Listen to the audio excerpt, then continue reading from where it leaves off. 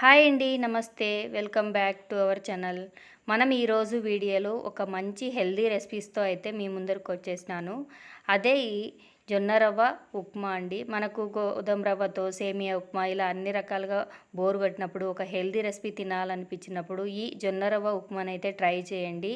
చాలా చాలా టేస్టీగా ఉంటుంది. అలాగే చేసుకోవడం కూడా చాలా ఈజీ. ఎవరైనా కొత్తగా ఛానల్ని చూస్తుంటే ప్లీజ్ ఛానల్ని సబ్స్క్రైబ్ చేసుకోండి.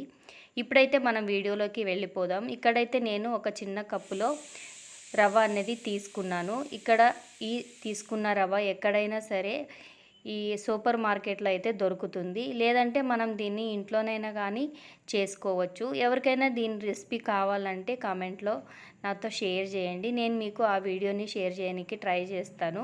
ఇక్కడ మనం ఈ రవ్వని ఒకసారి బాగా కడుక్కొని వాటర్ వేసి దాన్ని ఒక హాఫ్ అన్ అవర్ వరకు నానబెట్టుకోవాలి. ఇలా నానబెట్టుకుంటేనే మనకు ఉప్మా అనేది చాలా టేస్టీగా వస్తుంది.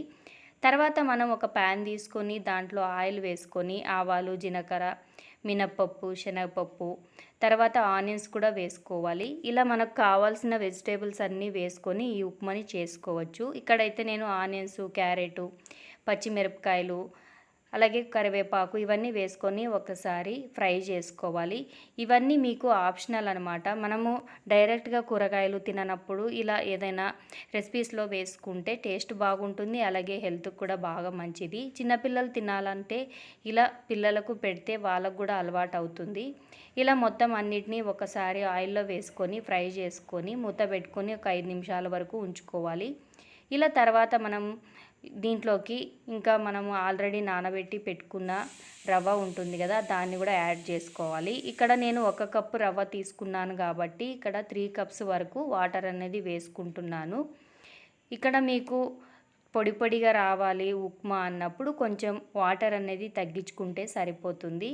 ఇక్కడ నేనైతే 3 కప్స్ వరకు వాటర్ వేసుకుంటున్నాను. అలాగే రుచికి సరిపడా సాల్ట్ కూడా వేసుకొని వాటర్ అనేది ఉడికేంత వరకు మనం దీన్ని బాయిల్ చేసుకోవాలి. ఇలా మనకు వారానికి ఒకసారి 2 సార్లు ఇలా మిల్లెట్స్తో చేసిన ఫుడ్ని తీసుకోవడం వల్ల ఆరోగ్యానికి మంచిది. అలాగే డయాబెటిక్స్తో బాధపడే వాళ్ళకైనా, లేదంటే వెయిట్ లాస్ అవ్వాలనుకున్న వాళ్ళకైనా, లేదంటే జొన్న పిండితో మనకు రొట్టెలు చేసుకోనికి రాని వాళ్ళైనా, ఒకవేళ వచ్చినా మనకు టైం కుదరక చేసుకోవడానికి వీలు కాకపోతే ఇలా మనకు ఏదైనా హెల్తీగా రెసిపీ తినాలనిపించినప్పుడు ఈ ఉప్మానైతే ట్రై చేయండి. చాలా చాలా బాగుంటుంది. టేస్ట్ కూడా చాలా బాగుంటుంది. ఆల్రెడీ మన ఛానల్లో జొన్న పిండితో ఉప్మా ఎలా చేసుకోవాలి, అలాగే లాస్ట్ వీడియోలో నేను జొన్న పిండితో లడ్డూలు కూడా షేర్ చేశాను. ఎవరైనా చూడకపోతే డిస్క్రిప్షన్లో దాని లింక్ అనేది ప్రొవైడ్ చేస్తాను. ఇంట్రెస్ట్ ఉన్న వాళ్ళు చూడండి. ఇలా మనము ఆల్రెడీ ఒక 10 నిమిషాలు అర్ధగంట ముందు రవ్వని నానబెట్టుకుని పెట్టుకుంటే మనకు ఈ ఉప్మా అన్నది ఒక 10 నిమిషాల్లోనే రెడీ అయిపోతుంది. దీనికి పెద్ద ప్రాసెస్ ఏమి ఉండదు కాబట్టి మనం మామూలు ఉప్మా లాగానే మనం దీన్ని కూడా చాలా ఈజీగా చేసేసుకోవచ్చు. మామూలు ఉప్మాలు బోరు కొట్టినప్పుడు హెల్తీగా తినాలనిపించినప్పుడు పిల్లలకి ఏదైనా హెల్తీగా పెట్టాలి అన్నప్పుడు ఈ ఉప్మానైతే ట్రై చేయండి. చాలా చాలా టేస్టీగా ఉంటుంది. ఇది చూడడానికే కాదు తినడానికి కూడా చాలా బాగుంటుంది. చాలా టేస్టీగా చాలా స్మూత్గా ఉంటుంది కాబట్టి చిన్నపిల్లల దగ్గర నుంచి పెద్దవాళ్ళ వరకు ఎవరైనా తినేయచ్చు. వీడియో నచ్చితే ప్లీజ్ లైక్ చేయండి, షేర్ చేయండి. అలాగే కొత్తగా చూసేవాళ్ళు ఛానల్